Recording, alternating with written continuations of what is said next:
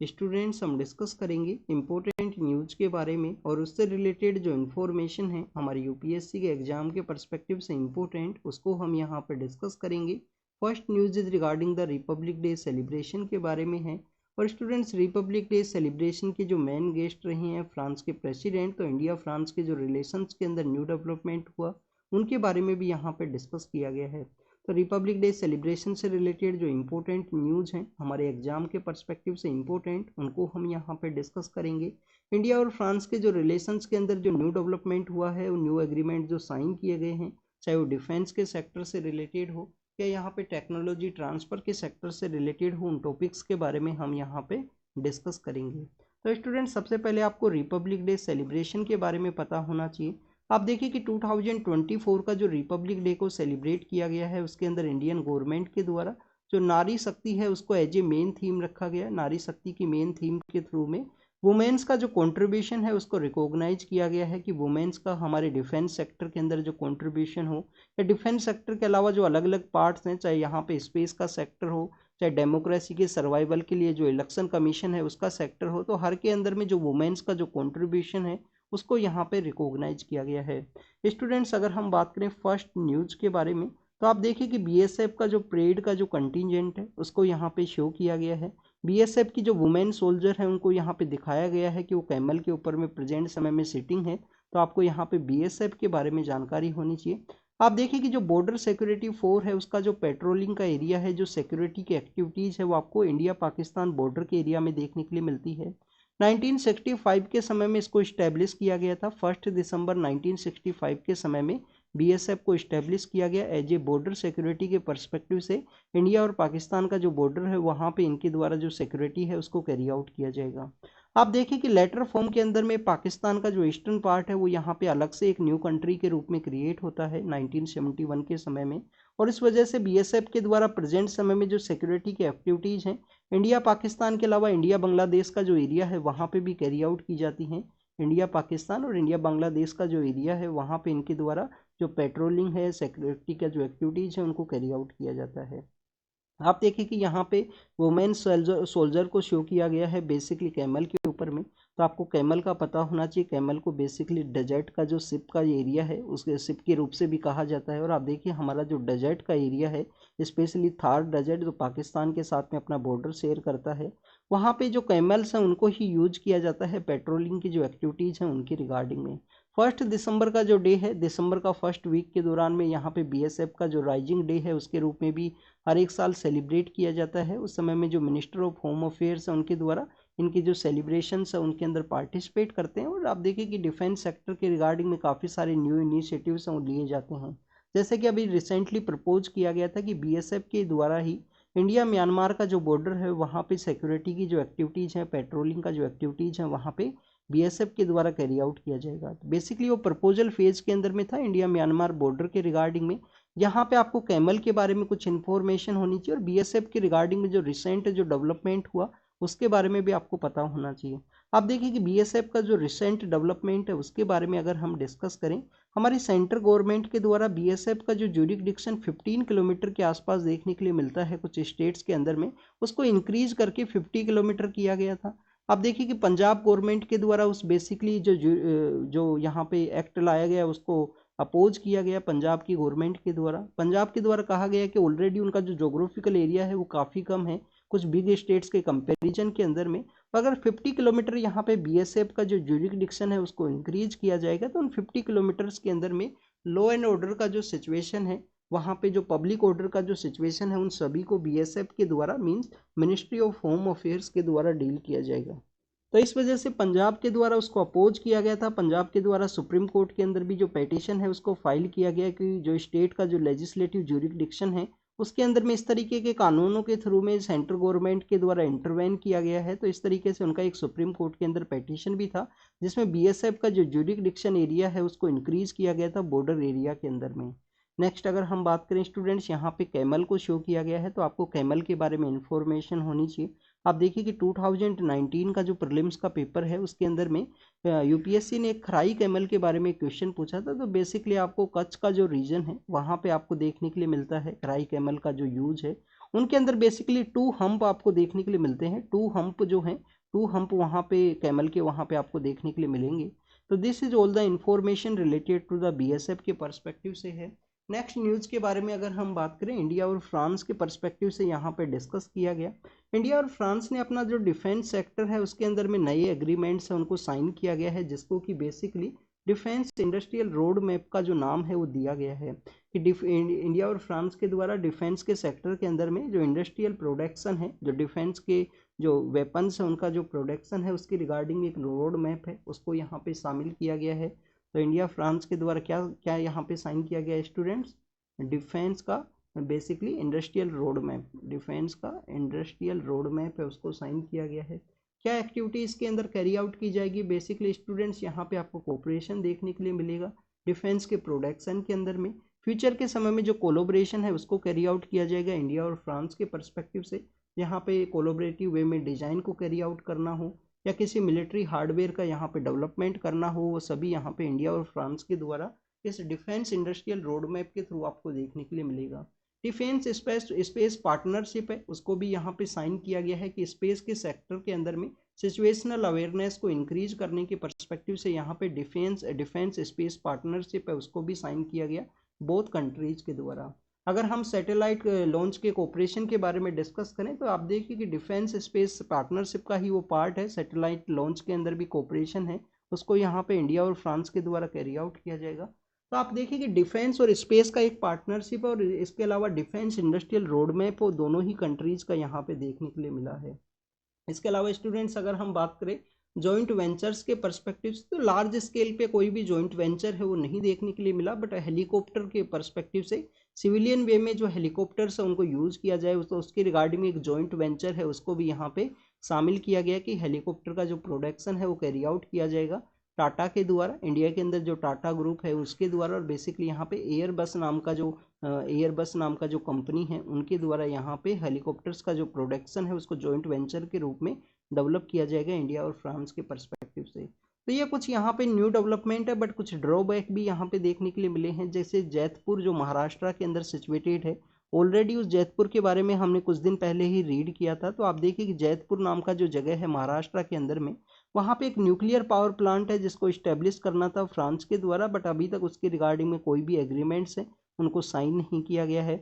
आप देखिए कि 2009 के समय में वहाँ पे न्यूक्लियर लाइबिलिटी एक्ट है उनको साइन किया गया था इंडिया और फ्रांस के द्वारा, बट उसके रिगार्डिंग में कोई भी न्यू एग्रीमेंट्स है उनको नहीं यहाँ पे डिस्कस किया गया। वुमेन का यहाँ पे नारी शक्ति को जिस तरीके से रिपब्लिक डे सेलिब्रेशन के दौरान में शो किया गया है, ये यंग गर्ल्स को बेसिकली यहाँ पे इंस्पायर करेगा आने वाले समय में कि किसी भी सेक्टर के अंदर में वो अपना जो कैरियर है उसको चूज कर सकते हो। आप देखिए कि इस तरीके से वुमेन्स का जो पार्टिसिपेशन है, इतनी जो हार्श कंडीशन के अंदर डिफेंस का जो पेट्रोलिंग को कैरी आउट करना हो बीएसएफ के एरिया के अंदर में, थार डेजर्ट का जो एरिया है स्पेशली हाई टेम्परेचर वहाँ पे देखने के लिए मिलता है। तो इस तरीके से हर एक सेक्टर के अंदर में गर्ल्स को ये इंस्पायर करेगा आने वाले समय में। जिस तरीके से वुमेन का जो मार्च है वो देखने के लिए मिला है, चाहे वो दिल्ली पुलिस का यहाँ पे कंटिजेंट हो, चाहे यहाँ पे हमारा एयरफोर्स का यहाँ पे बेसिकली जो एयर शो किया जाता है उसको यहाँ पे शो किया गया हो, या अलग अलग सेक्टर्स के अंदर में, तो उसी एक इंस्पायरिंग न्यूज़ है उसको यहाँ पे बताया गया। आप देखिए कि दिल्ली पुलिस का जो कंटिजेंट है उसको यहाँ पे शो किया गया है। दिल्ली पुलिस के बारे में आपको पता होना चाहिए कि कब इसको इस्टेब्लिश किया गया था। एक स्टूडेंट्स कभी कभी हम सीबीआई के बारे में जब रीड करते हैं, सेंट्रल ब्यूरो ऑफ इन्वेस्टिगेशन के बारे में रीड करते हैं, तो उसका जो मेन जो सोर्स है जो यहाँ पे लॉ के थ्रू जिसके उसको इस्टेब्लिश किया गया है, तो उसके अंदर में आपको Delhi special police establishment act है वो आपको देखने के लिए मिलता है 1946 के समय का। तो आप देखिए कि उसी के थ्रू उसको इस्टेब्लिश किया गया था। यहाँ पे जो तेजस को जो हमारे लाइटर कम्बैट एयरक्राफ्ट है उनको शो किया गया है स्टूडेंट्स, उनका जो एयर शो है रिपब्लिक डे सेलिब्रेशन के दौरान ही किया जाता है। आप देखिए कि स्पेस के अंदर इंडिया का काफ़ी सारा जो डेवलपमेंट है वो देखने के लिए मिला है। आज के ही न्यूज़पेपर के अंदर में एक जापान स्पेस एजेंसी के बारे में भी शो किया गया है। जापान स्पेस एजेंसी के द्वारा अपना उनका जो मून के ऊपर में बेसिकली एक नया उनका जो रॉकेट था उसको वहाँ पे सॉफ्ट लैंडिंग के रिगार्डिंग में इंडिया का जो चंद्रयान है उसके द्वारा उसको हेल्प किया गया, तो उनके द्वारा रिकॉग्नाइज किया गया है चंद्रयान के कंट्रीब्यूशन को। अगर हम बात करें स्टूडेंट्स यहाँ पे 2023 के बारे में, तो आप देखिए कि हमारे बेसिकली 2 न्यू डे हैं, उनको गवर्नमेंट के द्वारा रिकॉग्नाइज किया गया था और आपको उन नए दिनों के बारे में ज़रूर से पता होना चाहिए। एक तो 11 मई का दिन है जिसको नेशनल टेक्नोलॉजी डे के रूप में सेलिब्रेट किया जाता है, ये गवर्नमेंट के द्वारा 2023 के समय ही रिकॉग्नाइज किया गया था। 11 मई का डे क्या है स्टूडेंट्स, आप देखिए कि पोखरण के अंदर में हमारा जो न्यूक्लियर टेस्टिंग है वो हमने कैरी आउट किया था। फर्स्ट जो न्यूक्लियर टेस्टिंग है वो कब कैरी आउट किया गया स्टूडेंट, 1973 के समय में, जिसको कि ऑपरेशन लाफिंग बुद्धा है उसका नाम दिया गया था। ऑपरेशन लाफिंग बुद्धा है उसका नाम दिया गया था 1973 के समय में। आप देखिए कि 1973 के समय में इंडिया के द्वारा जो है इस तरीके से न्यूक्लियर टेस्टिंग है उसको कैरी आउट किया गया। उसके बाद में काफ़ी सारे जो नए नए इंस्टीट्यूशंस है वो इस्टेब्लिशमेंट में आए थे। इसके अंदर आपको एक न्यूक्लियर सप्लायर ग्रुप है वो भी देखने के लिए मिलता है। इंडिया इसके अंदर में ऐड होना चाहता था न्यूक्लियर सप्लायर ग्रुप के अंदर में 2016 के समय में, बट उस समय में आप देखिए कि एनएसजी के अंदर ऐड करने के रिगार्डिंग में चाइना के द्वारा वीटो किया गया था और इंडिया के द्वारा भी एनपीटी है उसको साइन नहीं किया गया है। इसके अलावा स्टूडेंट्स अगर हम बात करें 23 जो अगस्त का जो दिन है उसको नेशनल स्पेस डे के रूप में सेलिब्रेट किया जाएगा। हमारा जो चंद्रयान 3 मिशन है, मून जो हमारा मून है उसका जो सदर्न पार्ट है उसके लिए जो सॉफ्ट लैंडिंग है इंडिया के द्वारा सक्सेसफुली सॉफ्ट लैंडिंग किया गया था वहाँ पे। तो चंद्रयान 3 का जो बेसिकली सक्सेस को देखते हुए 23 जो अगस्त का जो दिन है उसको हमारा स्पेस डे के रूप में सेलिब्रेट किया जाएगा। हमारे कुछ अवार्ड्स हैं उनके अंदर भी चेंज हुआ है स्टूडेंट्स। हमारे जैसे कि शांति स्वरूप भटनागर पुरस्कार है वो दिया जाता है। शांति स्वरूप भटनागर पुरस्कार किस सेक्टर के रिगार्डिंग में है, हमारी जो यूथ साइंटिस्ट हैं, जो युवा जो लोग हैं जो यहाँ पे साइंस के सेक्टर में रिसर्च एंड डेवलपमेंट का जो एक्टिविटी को कैरी आउट करते हैं उनके रिगार्डिंग में ये आपको शांति स्वरूप भटनागर पुरस्कार हैं वो देखने के लिए मिलते हैं। तो आप देखिए कि उन अवार्ड्स को चेंज करते हुए एक नया नाम दिया गया है साइंस सेक्टर के अंदर में, और यहाँ पे बेसिकली कोई भी जो कैश है जो मनी है वो नहीं दिया जाएगा पुरस्कार के साथ में जो भी अवार्ड दिया जाएगा। तो यहाँ पे ये एक लिटिल बिट चेंज है वो देखने के लिए मिला। कौन से अवार्ड्स हैं जिनको यहाँ पे चेंज किया गया है, हमारे साइंस सेक्टर के जो अवार्ड्स हैं, नेशनल वैज्ञानिक अवार्ड हैं या कौन से अवार्ड हैं, इनके बारे में आप कमेंट सेक्शन के अंदर बताना। सितंबर के समय ये न्यूज काफ़ी ज़्यादा मेंशन था, उस समय में शांति स्वरूप भटनागर पुरस्कार हैं लास्ट वीक के अंदर में अनाउंस किए गए थे, तो उसी समय में गवर्नमेंट के द्वारा उन अवार्ड्स का जो है चेंजिंग है वो कैरी आउट किया गया। तो ये आपको पता होना चाहिए। आप देखिए कि इलेक्शन प्रोसेस के अंदर में वुमेन्स का जो कंट्रीब्यूशन है, हमारा इलेक्शन कमीशन के द्वारा जिस तरीके से फ्री एंड फेयर वे में जो इलेक्शंस को कंडक्ट किया जाता है उसके बारे में यहाँ पे शो किया गया। आपको यहाँ पे डेमोक्रेसी के बारे में पता होना चाहिए। देखिए कि तमिलनाडु के रिगार्डिंग में तमिलनाडु का जो झांकी था उसके अंदर भी बेसिकली वहाँ पे एंशिएंट समय में जो डेमोक्रेसी के रिगार्डिंग में जो इंस्टीट्यूशंस हुआ करते थे जिसके अंदर परंतका नाम के जो चोला रूलर हैं उनके समय में एक इंस्क्रिप्शन देखने के लिए मिलता है जब कैसे गाँव के अंदर में जो डेमोक्रेसी है वो सर्वाइवल हुआ करता था उस समय में। तो यहाँ पे डेमोक्रेसी के रिगार्डिंग में भी देखने के लिए मिला है हमारे एंशिएंट समय का जो डेमोक्रेटिक जो प्रैक्टिस है उनको यहाँ पे शो किया गया। जैसे कि आप देखिए कि सभा और समिति है, इस तरीके का कॉन्सेप्ट आपको देखने के लिए मिलता है एंशिएंट समय में। इसके अलावा स्टूडेंट्स अगर हम बात करें तो यहाँ पे इंडिया को भारत है जो मदर ऑफ डेमोक्रेसी के रूप में शो किया गया है। BR अम्बेडकर सर का फोटो था यहाँ पे, उनके द्वारा प्रेसिडेंट को जो हमारा जो कॉन्स्टिट्यूशन है वो दिया गया था उस फोटो को शो किया गया था। इसके अलावा वैदिक पीरियड के अलावा आप देखिए कि बुद्धा और जैन के जो ऋषि हैं जो सेंट्स हैं उनके द्वारा डायलॉग किया गया है महाजनपद एरा के अंदर में। कॉन्स्टिट्यूशन असेंबली उन सभी को यहाँ पे शो किया गया है डेमोक्रेसी के पर्सपेक्टिव से। यहाँ आपको एक होमवर्क देता हूँ स्टूडेंट, 2023 का जनवरी के समय का जो करंट अफेयर्स हैं, जनवरी के समय का करंट अफेयर्स हैं उसके अंदर में PM सर के द्वारा कुछ इंस्टीट्यूशंस को मेंशन किया गया था डेमोक्रेसी के रिगार्डिंग में। हमने भी आर्ट एंड कल्चर के जो न्यूज़पेपर जो डिस्कशन किया है उसके अंदर उसको मेंशन किया है। इसका जो PDF है वो टेलीग्राम चैनल के ऊपर भी अवेलेबल है, तो आप वहाँ से रीड कर लेना या आप किसी भी इंस्टीट्यूशन का आप रीड करोगे, क्योंकि मन की बात प्रोग्राम था, मन की बात जो प्रोग्राम है, मन की बात प्रोग्राम के अंदर में PM सर के द्वारा कुछ इंस्टीट्यूशंस को मेंशन किया था जिनके अंदर में एंशिएंट समय में जो डेमोक्रेसी हुआ करती थी। तो आपको आपके ऐसे के अंदर में कहीं एथिक्स के पेपर के अंदर में कहीं ना कहीं आप इसको यूज़ कर सकते हो अपने आंसर राइटिंग के अंदर में। आपका UPSC की प्रिपरेशन में काफ़ी ज़्यादा हेल्प करेगा आपको इन इंस्टीट्यूशंस के बारे में। जो चोला एम्पायर के बारे में हमने रीड किया है स्टूडेंट, जिसको कि तमिलनाडु का जो झांकी है उसके अंदर डेमोक्रेसी को शो किया गया था, उसको भी PM सर के द्वारा 2023 जनवरी का जो करंट अफेयर्स हैं जो मन की बात प्रोग्राम है उसके अंदर में मेंशन किया गया था। नेक्स्ट आप देखिए वुमेन कंटिजेंट्स का जो मार्च है उसको शो किया गया है। ये बेसिकली एक मिक्स कैटेगरी का है, जिसके अंदर यहाँ पे नेवी है, एयरफोर्स के जो वुमेन कंटिजेंट वुमेन जो सोल्जर्स हैं उनको शो किया गया है। रिपब्लिक डे सेलिब्रेशन के दौरान में यहाँ पे बग्गी का फिर से यूज किया गया। बग्गी बेसिकली यहाँ पे आपको देखनी, और ये जो फोटो शो किया गया है ये राष्ट्रपति के अंगरक्षक हैं, जिनको कि हम president bodyguard Indian defence sector का वन ऑफ द डेकोरेटेड आपको ये जो फोर्स है, जो रेजिमेंट है, वो देखने के लिए मिलती है। आप देखिए कि 1773 के समय में जो प्रेसिडेंट बॉडीगार्ड है उनका इस्टेब्लिश किया गया था इस रेजिमेंट का। कभी कभी एक क्वेश्चन आपको काफ़ी सारा डोमेन के अंदर देखने के लिए मिलता है कि काफ़ी बार जो कास्ट बेस आपको कुछ रेजिमेंट्स हैं वो भी आपको देखने के लिए मिलेंगी, बट आप देखिए कि इंडिपेंडेंस के बाद में हमारी गवर्नमेंट के द्वारा किसी भी कास्ट बेस जो यहाँ पे रेजिमेंट्स हैं उनको यहाँ पे इस्टेब्लिश नहीं किया गया है। बिफोर द इंडिपेंडेंस से पहले आप देखिए कि कुछ ग्रुप्स को, कुछ एथनिक जो ग्रुप्स हैं उनको एक जगह रखने के पर्सपेक्टिव से, जिससे कि वो होमोजेनियस वे में यहाँ पे डिफेंस सेक्टर के अंदर अपनी एक्टिविटी को कैरी आउट कर सके। इस तरीके का आपको एक्टिविटी है वो देखने के लिए मिलता है हमारे बिफोर जो कॉलोनियल एरा के समय का जो बेसिकली डिफेंस का डेवलपमेंट है उसके अंदर में। नेक्स्ट जेट इंजन का डील है, फ्रांस के द्वारा जेट इंजन का जो डील है उसको साइन किया गया। एडवांस मीडियम जो एयरक्राफ्ट, एडवांस मीडियम जो कम्बैट एयरक्राफ्ट है उसके डेवलपमेंट के अंदर में ये हेल्प करेगा। जो जेट इंजन का जो डील है फ्रांस के द्वारा साइन किया गया है, 100% जो एक्सेस किया जाएगा इसका टेक्नोलॉजी का, तो उसी को यहाँ पे बताया गया है। तो इंजन मैन्युफैक्चरिंग का आने वाले फ्यूचर समय में जो जॉइंट वेंचर्स है उसको डेवलप किया जाएगा डीआरडीओ के द्वारा। इसके अलावा जो फ्रांस के वहाँ पे जो इंस्टीट्यूशन है उनका एक डिस्कशन चल रहा है, जिससे कि एविएशन सेक्टर के अंदर में मीडियम जो कम्बैट एयरक्राफ्ट है उनको यहाँ पे डेवलप किया जा सके जॉइंट वेंचर के कॉन्सेप्ट के रूप में। जेट इंजन का जो टेक्नोलॉजी है वो साइन किया गया है। नेक्स्ट आप देखिए कि उत्तराखंड की असेंबली के द्वारा ये रिपब्लिक डे के सेलिब्रेशन का जो न्यूज़ है वो यहाँ पे एंड हुआ है स्टूडेंट। उत्तराखंड असेंबली के द्वारा कहा गया है कि आने वाले नेक्स्ट सेशन के अंदर में यूनिफॉर्म सिविल कोड है उनके द्वारा इम्प्लीमेंट किया जाएगा या टेबल किया जाएगा। तो आपको यूनिफॉर्म सिविल कोड के बारे में पता होना चाहिए। हमारा जो डीपीएसपी है, डीपीएसपी का कौन सा आर्टिकल है जो यूनिफॉर्म सिविल कोड के बारे में बोलता है? 44 कॉन्स्टिट्यूशन का 44 आर्टिकल जो डीपीएसपी का पार्ट है, directive principle of state policy. आप देखिए कि 44 जो आर्टिकल है वो जस्टिसेबल नहीं है। अगर कहीं पे यूनिफॉर्म सिविल कोड नहीं है तो आप सुप्रीम कोर्ट के अंदर अप्रोच नहीं कर सकते as a part of justiciable के रूप में, क्योंकि वो जस्टिसेबल नहीं है। आर्टिकल 44 डीपीएसपी का जो पार्ट 4 के अंदर में पार्ट है।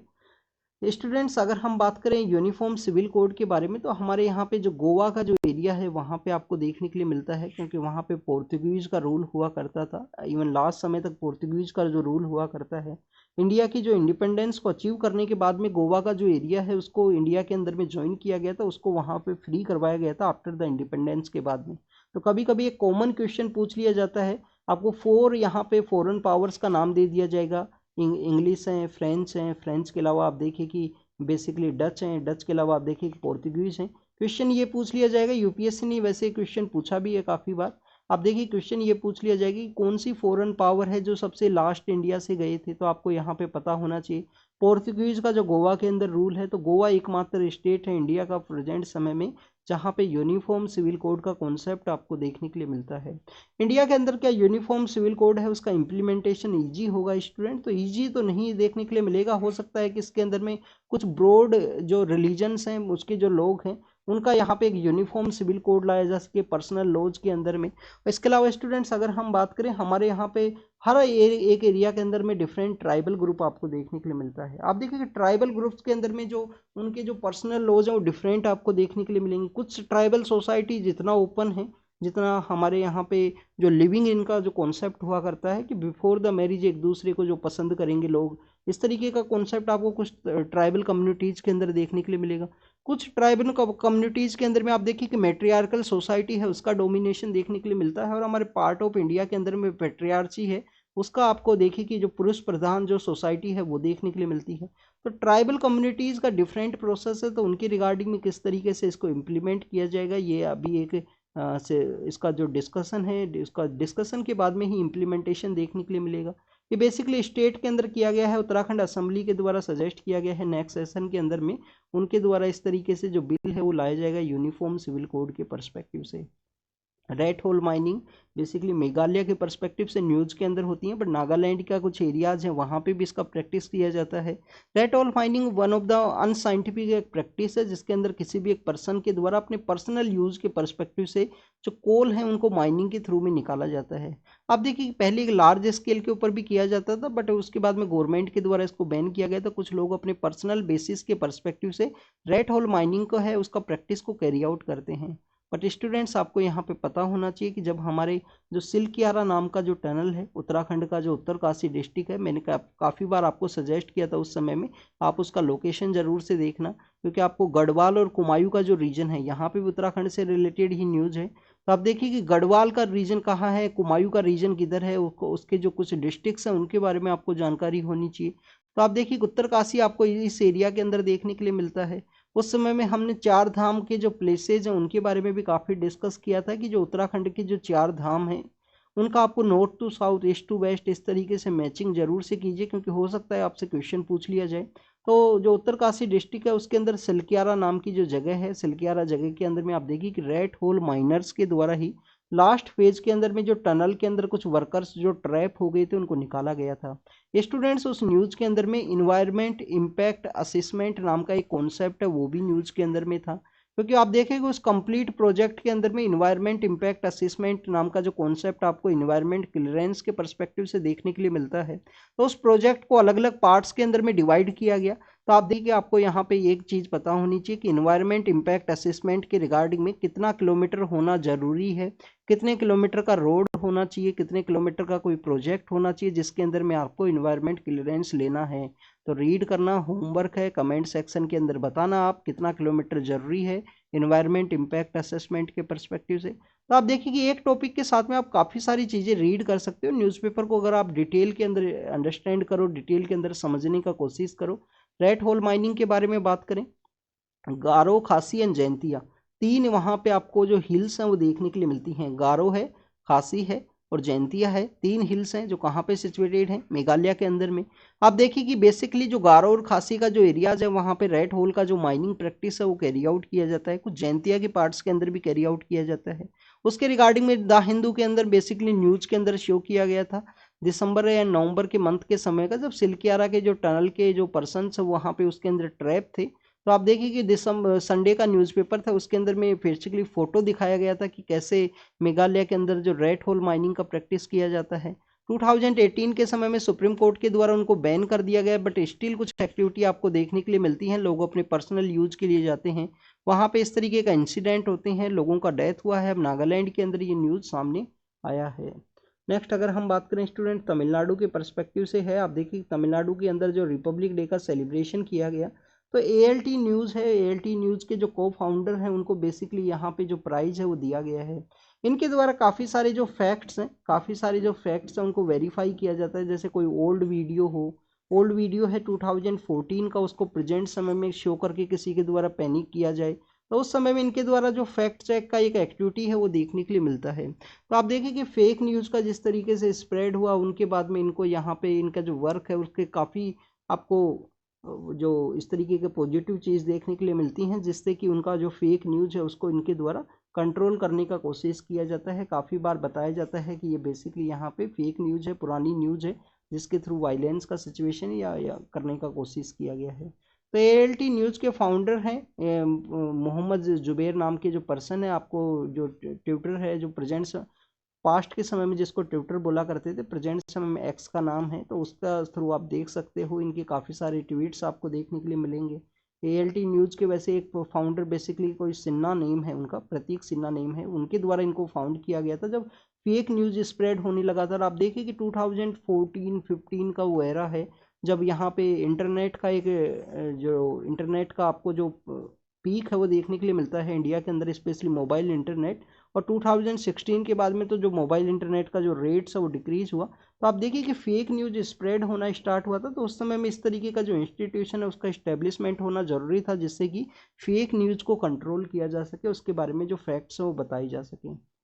नेक्स्ट यहाँ पे काजीरंगा के बारे में है, तो आप देखिए कि रेयर गोल्डन टाइगर है वो देखने के लिए मिला है काजीरंगा के अंदर में। तो यहाँ पे बेसिकली आपको जानकारी होनी चाहिए कि यहाँ जो रेयर गोल्डन टाइगर है वो कहाँ पे है काजीरंगा के अंदर में।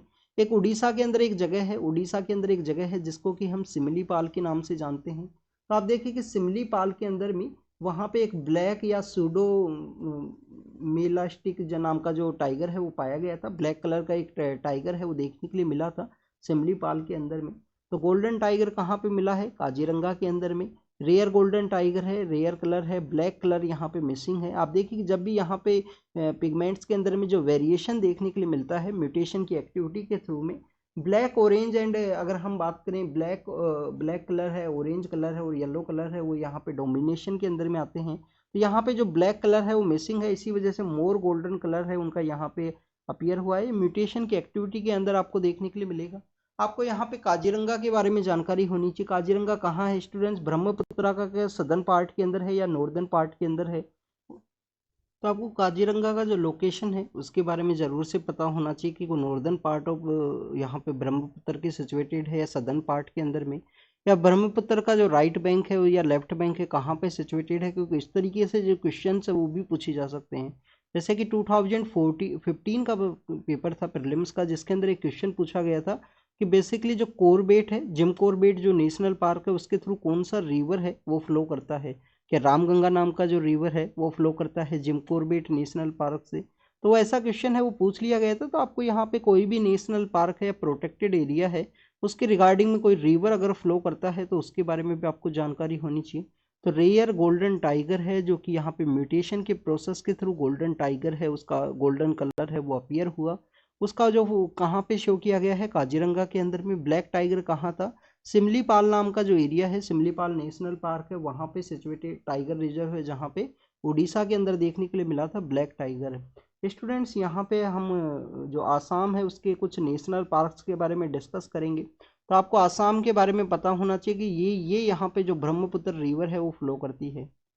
यहाँ पे रायमोना है, यहाँ पे मानस है, मानस के अलावा ओरांग है, नामेरी है, और यहाँ पे आपको काजीरंगा है वो देखने के लिए मिलता है। ये है Kaziranga students.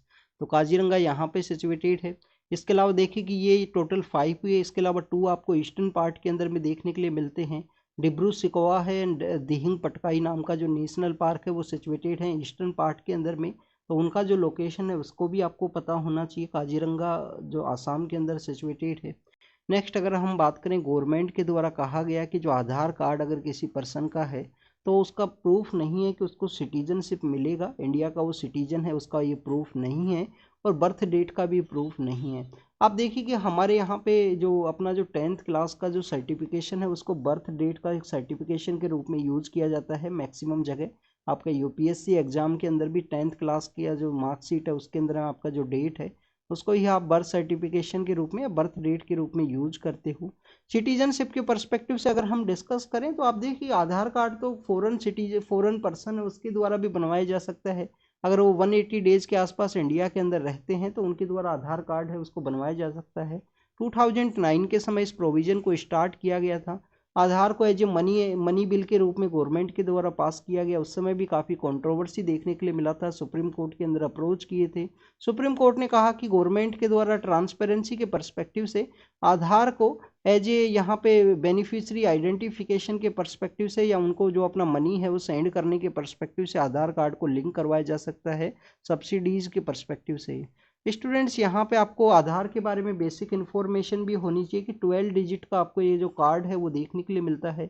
Unique identification authority of India है उसको वहाँ पे फॉर्म किया गया था।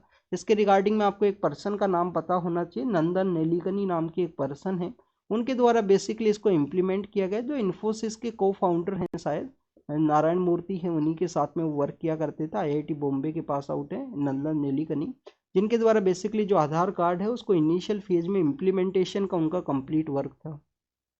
केरल के गवर्नर के द्वारा कहा गया कि हायर एजुकेशन इंस्टीट्यूशंस के अंदर में एक्सटर्नल कोई भी इंटरफेरेंस है वो नहीं होना चाहिए। उन हायर एजुकेशन इंस्टीट्यूशंस के अंदर में बेसिकली ऑटोनॉमी है वो प्रोवाइड करनी चाहिए। केरल के जो गवर्नर है उनके द्वारा स्टेटमेंट दिया गया रिपब्लिक डे सेलिब्रेशन के दौरान में। वेस्ट बंगाल के अंदर में आप देखिए कि वहाँ के चीफ मिनिस्टर के द्वारा कहा गया है, जैसा कि अक्टूबर के मंथ के समय भी देखने के लिए मिला था, कि इनके द्वारा जो प्रोटेस्ट है उसको कैरी आउट किया जाएगा। प्रोटेस्ट को कहाँ पे कैरी आउट किया जाएगा, हो सकता है दिल्ली के अंदर हो या हो सकता है कि बंगाल के अंदर में, कि सेंटर के द्वारा अगर उनका जो मनी है उसको यहाँ पे क्लियर नहीं किया गया, नहीं सेंड किया जाता है उनको, तो बेसिकली जो प्रोटेस्ट है वो देखने के लिए मिलेगा।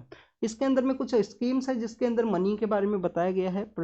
जो प्राइम मिनिस्टर आवास योजना है, पीएम आवास योजना है, एमजी नरेगा है, नेशनल हेल्थ मिशन है, ग्रामीण सड़क योजना है, इन सब यहाँ पे स्कीम्स का जो पैसा है वो सेंटर के द्वारा नहीं सेंड किया गया है। ये वेस्ट बंगाल के जो सीएम है उनका एलिगेशन है। सेंटर के अपने बेसिकली वहाँ पे अपने कुछ पॉइंट्स हैं कि यहाँ पे क्यों जो मनी है उसको रिलीज नहीं किया गया उनके द्वारा, क्या कारण है, क्या यहाँ पे स्टेट गवर्नमेंट का कम्प्लीटली जो कंपाइल है वो नहीं किया गया है जो लॉज है उनकी रिगार्डिंग में।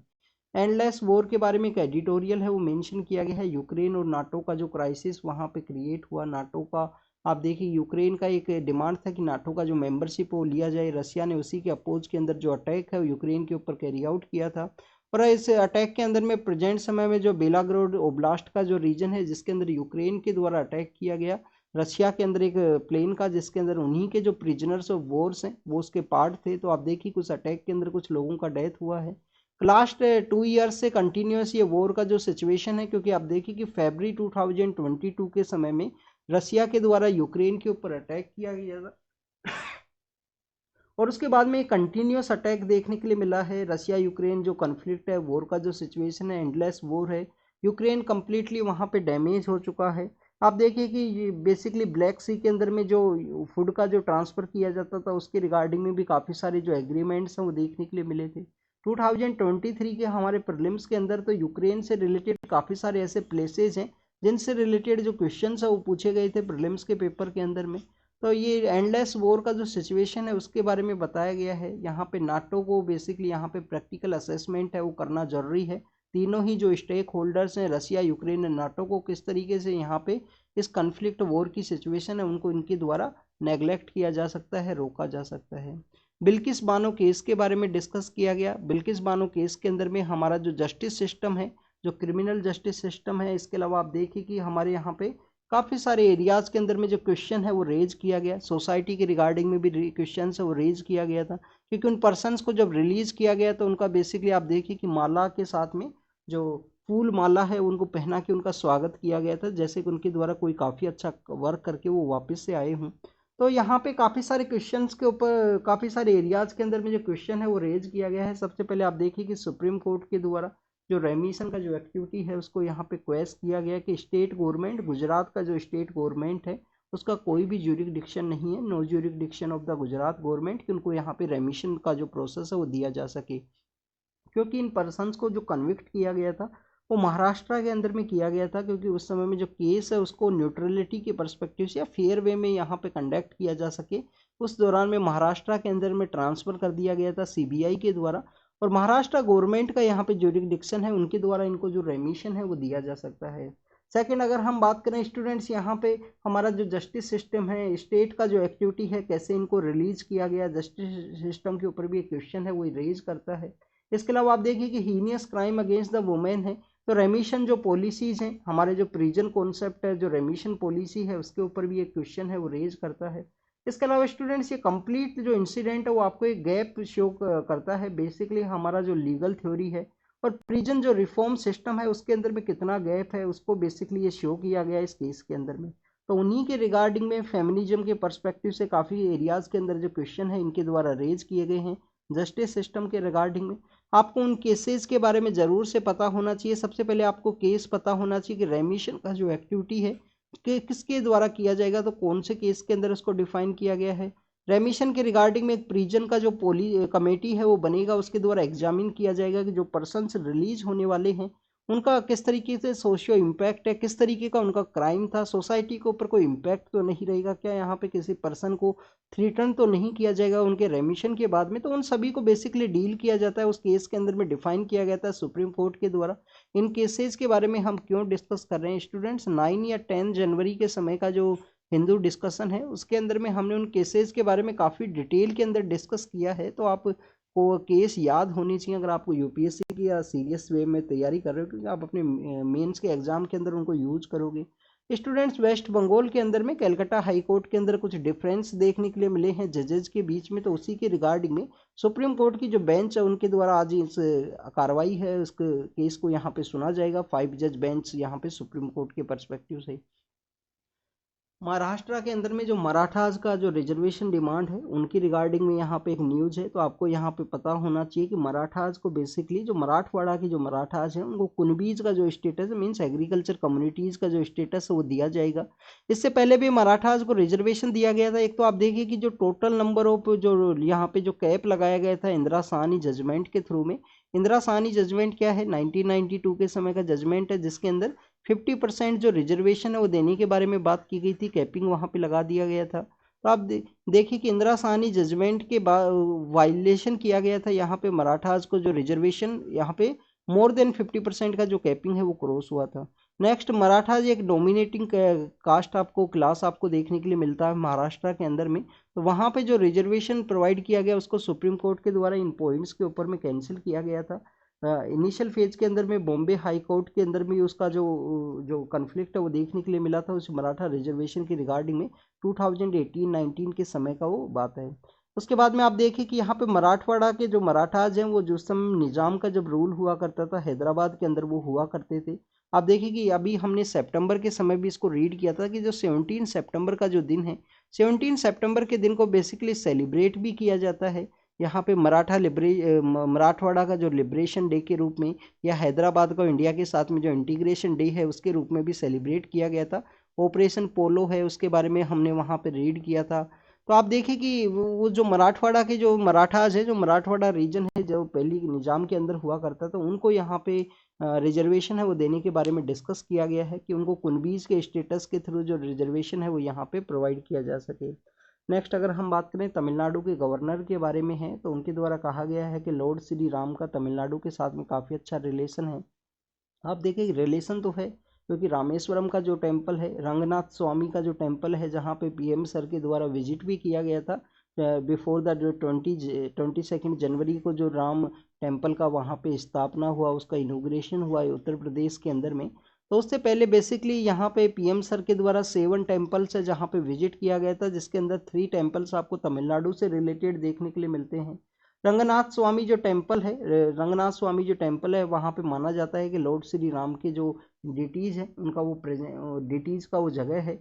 इसके अलावा इनके द्वारा यहाँ पे बेसिकली मेंशन किया गया है जो कंबेर का जो रामायण है, जिसको कि कंबेर का जो रामायण है उनके बारे में, कि उनके द्वारा वाल्मीकि रामायण से काफ़ी पहले उनके द्वारा जो रामायण है वो लिखा गया था। संगम का पीरियड के समय से ही यहाँ पे तमिलनाडु का जो इन्फ्लुएंस है उसको यहाँ पे बताया गया है इनके द्वारा अपने स्टेटमेंट के अंदर में। जापान का जो स्पेस एजेंसी है उनके द्वारा कहा गया कि चंद्रयान का जो बेसिकली जो लैंडर है उसके द्वारा बेसिकली यहाँ पे हेल्प किया गया है सॉफ्ट लैंडिंग के पर्सपेक्टिव से। तो इस टॉपिक को ऑलरेडी हमने डिस्कस किया है। आप देखिए कि ताइवान और चाइना के पर्सपेक्टिव से इम्पोर्टेंट नहीं है। पाकिस्तान के अंदर निमोनिया का आउटब्रेक हुआ और 200 के आसपास जो चिल्ड्रंस है उनका डेथ हुआ है। आप देखिए कि स्वीडन को बेसिकली यहाँ पे नाटो का मेंबरशिप दिया गया है, तो उसी के एक मेंबर के द्वारा यहाँ पे रिफ्यूज किया गया है नेगोशिएशन के पर्सपेक्टिव से। तो नाटो के पर्सपेक्टिव से ऑलरेडी हमने इसको डिस्कस किया है। रशिया के अंदर बेसिकली वॉल स्ट्रीट जर्नल के जो एक जर्नलिस्ट है जिनको 2 मंथ का जो डिटेंशन है वो दिया गया है। इंटरनेशनल कोर्ट ऑफ जस्टिस हमारा जो यूनाइटेड नेशन है उसका एकमात्र जो 6 प्रिंसिपल ऑर्गेनाइजेशन है, जिसके अंदर एक ऑर्गेनाइजेशन जिसका हेडक्वार्टर आपको आउटसाइड द न्यूयॉर्क या outside the United state of America आपको देखने के लिए मिलेगा। 6 प्रिंसिपल ऑर्गेनाइजेशन कौन कौन से हैं इसके बारे में भी आप रीड जरूर से करना। तो आईसीजे के द्वारा कहा गया है कि इजराइल को यहाँ पे साउथ अफ्रीका के द्वारा पिटीशन फाइल की गई थी जीनोसाइड के पर्सपेक्टिव से। तो उसी के अंदर आईसीजे ने बोला है कि इजराइल को यहाँ पे सभी मेजर्स को यहाँ पे इम्प्लीमेंट करने का ज़रूरत है जिससे कि जीनोसाइडल जो एक्टिविटीज़ हैं उनको रोका जा सके गाजा स्ट्रिप के अंदर में। आप देखिए कि 24,000 के आसपास लोगों का डेथ हुआ है इजराइल के द्वारा जब गाजा स्ट्रिप के ऊपर अटैक किया गया। आफ्टर द उनके ऊपर भी सबसे पहले जो अटैक हुआ था हमास के द्वारा उसके काउंटर अटैक के अंदर में, बट आप देखिए कि 90% उसका जो सिविलियन पॉपुलेशन है उसको डिस्प्लेस किया गया है, कभी नॉर्दर्न पार्ट के अंदर सेंड किया जाता है कभी सदर्न पार्ट के अंदर में। तो इजराइल के काफ़ी सारे जो अटैक्स हैं वो आपको देखने के लिए मिलते हैं। जो यहाँ पे प्रिजनर्स ऑफ वॉर हैं जिनको यूक्रेन की अथॉरिटीज़ के द्वारा उस प्लेन को शूट किया गया था, तो उनका जो बॉडी है वो दे दिया गया है यहाँ पे रशियन अथॉरिटीज़ के द्वारा यूक्रेन को। नेक्स्ट अगर हम बात करें स्टूडेंट्स, यहाँ पे केन्या के कोर्ट के बारे में है। केन्या के लोकेशन के बारे में कुछ दिन पहले ही हमने डिस्कस किया था जब हमने युगांडा के बारे में वहाँ पे रीड किया था। तो आप देखिए कि केन्या के कोर्ट के द्वारा वहाँ की जो पुलिस को बेसिकली हैती के अंदर जो सेंड किया गया था उसको इलीगल बताया गया है। हैती के बारे में आपको पता होना चाहिए कि कैरिबियन नेशन है, काफ़ी बार न्यूज़ के अंदर है, हमने हमारे टेलीग्राम चैनल के ऊपर भी इसको डिस्कस किया है काफ़ी बार। हैती का जो लोकेशन है उसके बारे में आपको ज़रूर से पता होनी चाहिए। कैरेबियन जो ओशियन है वहाँ पे जो काफ़ी सारी कैरेबियन कंट्रीज हैं तो वहीं पे ये सिचुएटेड है। साउथ कोरिया के बारे में है, एग्जाम के पर्पज से इम्पोर्टेंट नहीं है। स्पाइंग के चार्जेस पे किया गया है, ये एक दूसरे कंट्री के अंदर आपको देखने के लिए मिलता है। Next is about the nitrogen gas के परस्पेक्टिव से है। आप देखिए कि यहाँ पे डेथ पेनल्टी के परस्पेक्टिव से जो नाइट्रोजन गैस है उसको यूज किया गया है यूएस के अंदर में।